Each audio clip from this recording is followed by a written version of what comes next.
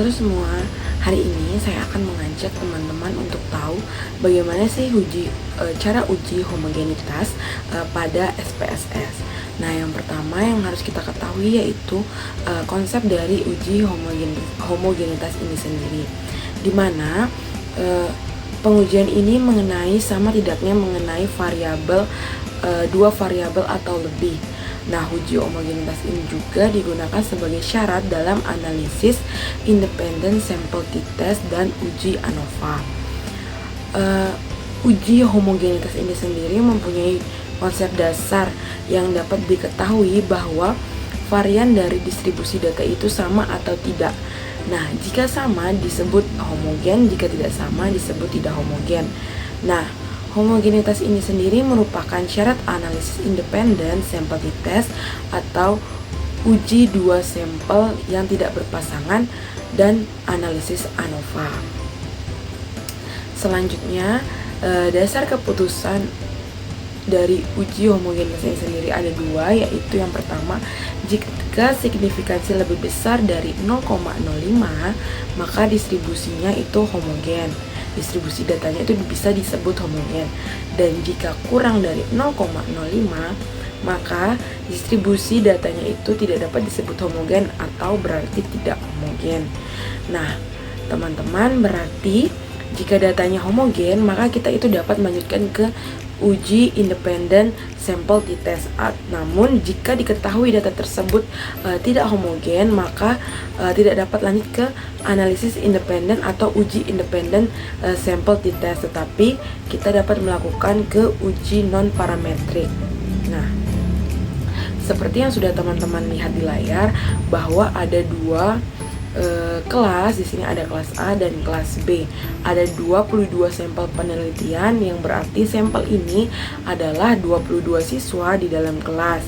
Kelas A yang terdiri dari kelas A maupun kelas B terhadap hasil belajar matematikanya. Nah, masing-masing kelas juga memiliki kode, yaitu kode kelas A dan kode kelas B.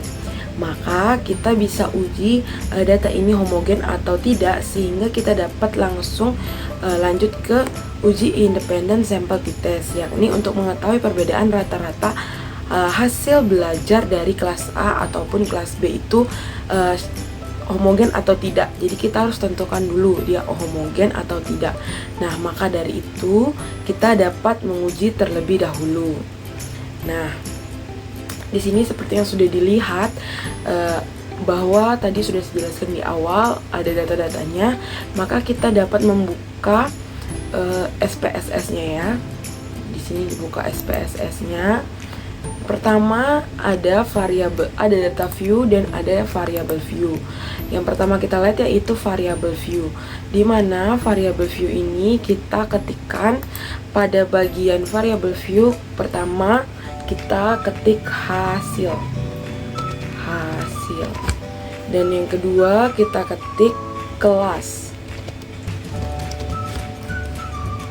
Oke, jika sudah, pada label baris pertama kita ketik hasil belajar matematika,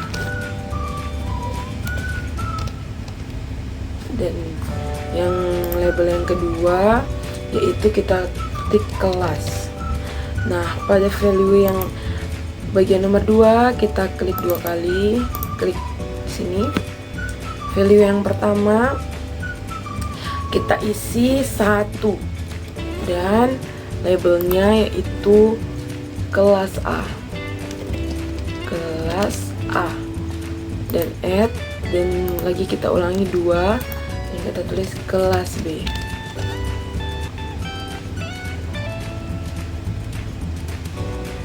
Dan Oke, jika sudah, ini merupakan cara mendefinisikan atau membuat variabel dalam penelitian di SPS, variabel penelitian dalam SPSS. Selanjutnya kita klik data view, dan di sini sudah ada variabel hasil dan kelas. Nah, kelas A tadi seperti yang dibilang di awal itu kodenya 1, dan kelas B itu kodenya 2. Nah, bagaimana caranya masukkannya? Kita balik lagi ke Excel, Masuk kita blok data kelas A dari nomor 1 sampai 22. Masukkan ke hasil. Kita paste. Oke, sudah sampai nomor 22. Lanjutkan data dari hasil pelajaran matematika kelas B di blok juga sampai 22. Dan di copy di sini, tetap masih di hasil.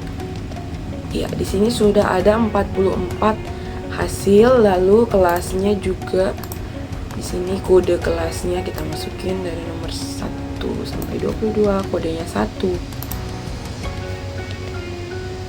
Ini kodenya 2. Balik di sini, copy dulu.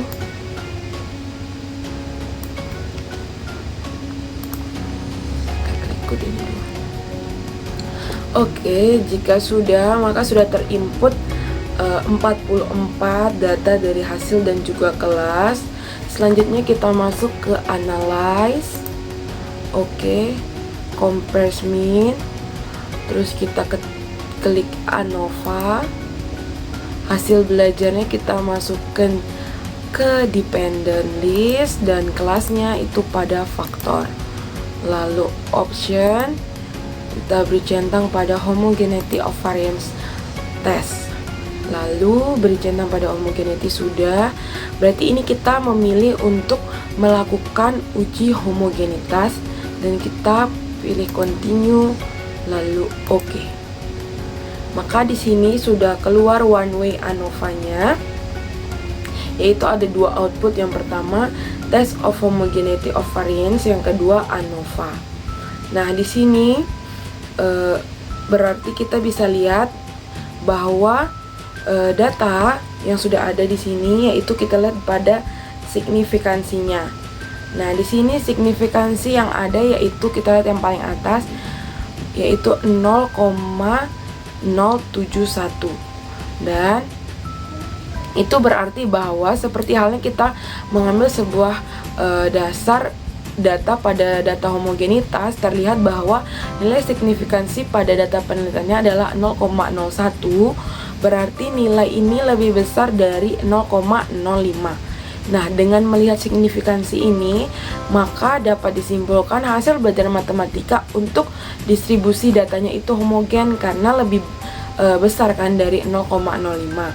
Nah, karena homogen, kita dapat melanjutkan ke tahap selanjutnya, yaitu analisis independent sample t-test.